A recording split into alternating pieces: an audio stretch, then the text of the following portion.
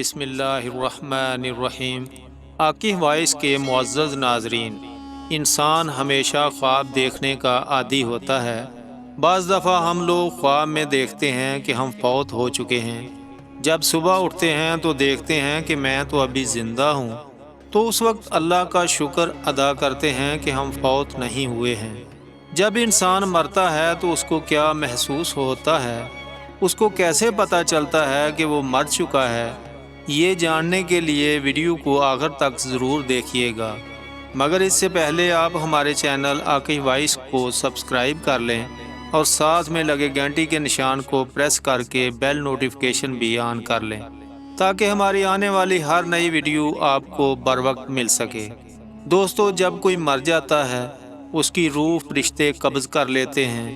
جب اس مردے کو نہلایا جاتا ہے، اس کو کفن پہنایا جاتا ہے اور قبر میں اتارا جاتا ہے، وہ روح سب کچھ دیکھ رہی ہوتی ہے۔ وہ بندہ ایسا محسوس کر رہا ہوتا ہے کہ شاید یہ خواب ہے، یعنی کہ وہ ان سب معاملات کو دیکھ رہا ہوتا ہے۔ وہ دیکھ رہا ہوتا ہے کہ اس کے والدین رو رہے ہیں، وہ دیکھ رہا ہوتا ہے کہ اس کا بھائی رو رہا ہے۔ جتنے لوگ رو رہے ہوتے ہیں سب اس کی آنکھوں کے سامنے ہوتے ہیں۔ اس کو سب معلوم ہوتا ہے۔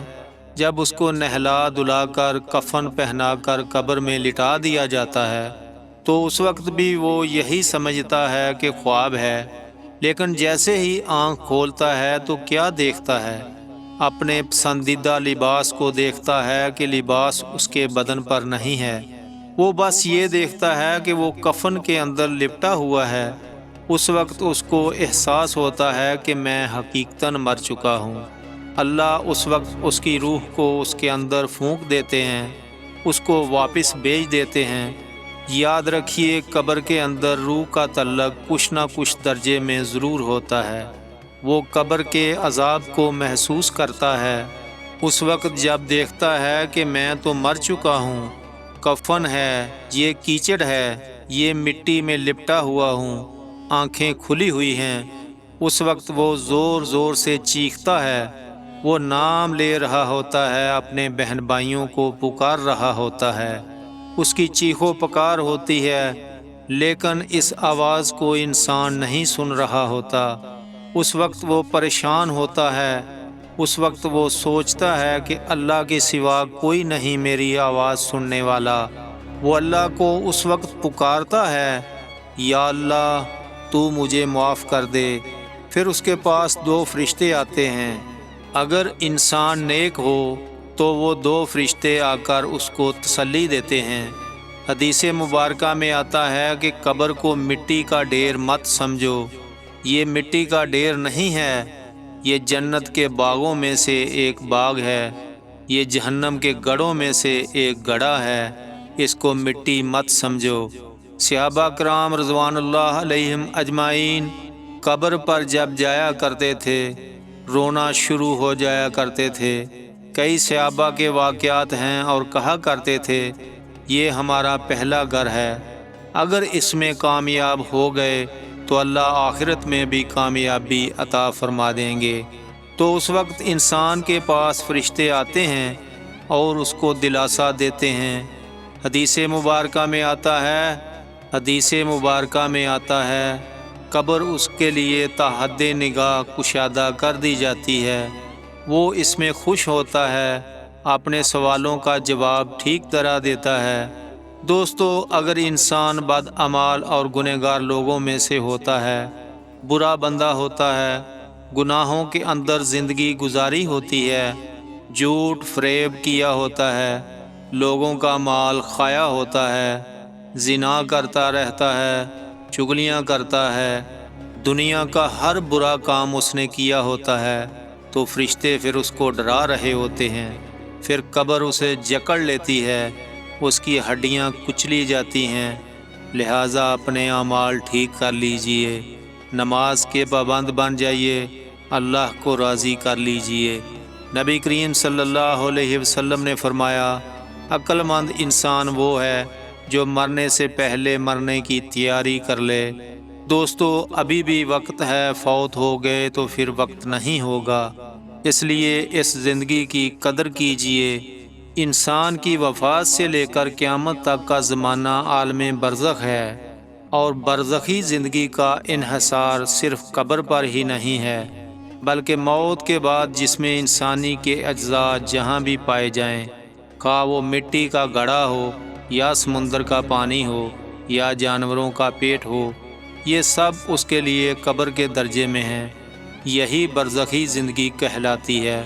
موت کے بعد اسی عالم برزخ میں روح انسانی اپنے بدن یا جزو بدن کی طرف متوجہ ہوتی ہے تاکہ منکر و نکیر کے سوالات کے جواب دے، اور پھر اس روح کا جسم کے ساتھ کم از کم اس قدر تعلق ضرور باقی رہتا ہے کہ وہ اس کی بنا پر قبر کی راحت و عذاب کو محسوس کر سکے۔ تاہم یہ ایسی چیز ہے جو انسانی آنکھوں سے نظر نہیں آ سکتی، اور بندہ اس کی کیفیات جاننے کا مکلف بھی نہیں ہے۔ دوستو، مرنے کے بعد بھی روح کا تعلق جسم کے ساتھ باقی رہتا ہے۔ اگرچہ روح بدن سے جدا ہو گئی ہو، مگر بدن پر جو گزرے گی، روح ضرور اس سے متاثر ہوگی۔ جس طرح حیات دنیاوی ہوتی ہے، بلکہ اس سے زائد دنیا میں ٹھنڈا پانی، سرد ہوا، لذیذ کھانا، یہ سب باتیں جسم پر وارد ہوتی ہیں، مگر راحت و لذت روح کو پہنچتی ہے، اور ان کے عکس بھی جسم ہی پر وارد ہوتے ہیں، اور اذیت روح پاتی ہے۔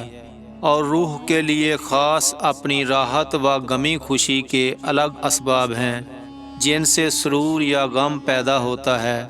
یہی سب حالت برزخ میں ہے۔ مرنے کے بعد مسلمان کی روح مختلف مقاموں پر رہتی ہے، بعض کی قبروں میں، بعض کی آسمانوں اور زمین کے درمیان، بعض کی پہلے دوسرے ساتویں آسمان پر، بعض کی آسمانوں سے بھی بلند، اور بعض کی اعلیٰ علیین میں۔ مگر روحیں کہیں بھی ہوں، اپنے جسم سے ان کا تعلق بدستور رہتا ہے۔ جب کوئی اپنا رشتہ دار، بہن بھائی وغیرہ قبر پر آئے تو اسے دیکھتی اور پہچانتی ہیں، اس کی بات سنتی ہیں، بلکہ روح کا دیکھنا قبر ہی سے مخصوص نہیں۔ اس کی مثال حدیث میں یوں آئی ہے کہ ایک طائر پہلے قفس میں بند تھا اور اب آزاد کر دیا گیا۔ بے شک پاک روحیں جب اپنے جسموں سے جدا ہوتی ہیں، عالم بالا سے مل جاتی ہیں، تو بھی سب کچھ ایسے دیکھتی سنتی ہیں جیسے یہاں حاضر ہوں۔ حدیث پاک میں ہے کہ جب مسلمان مرتا ہے تو اس کی راہ کھول دی جاتی ہے، جہاں چاہے چلا جائے۔ دعا ہے اللہ پاک آپ کو اور آپ کے پیاروں کو آسانیاں عطا فرمائے، اور آسانیاں خلق خدا میں تقسیم کرنے کی توفیق عطا فرمائے۔ آمین۔ کمنٹ سیکشن میں آمین ضرور لکھیے گا۔ ملتے ہیں ایک نئی ویڈیو کے ساتھ۔ اللہ نگہبان۔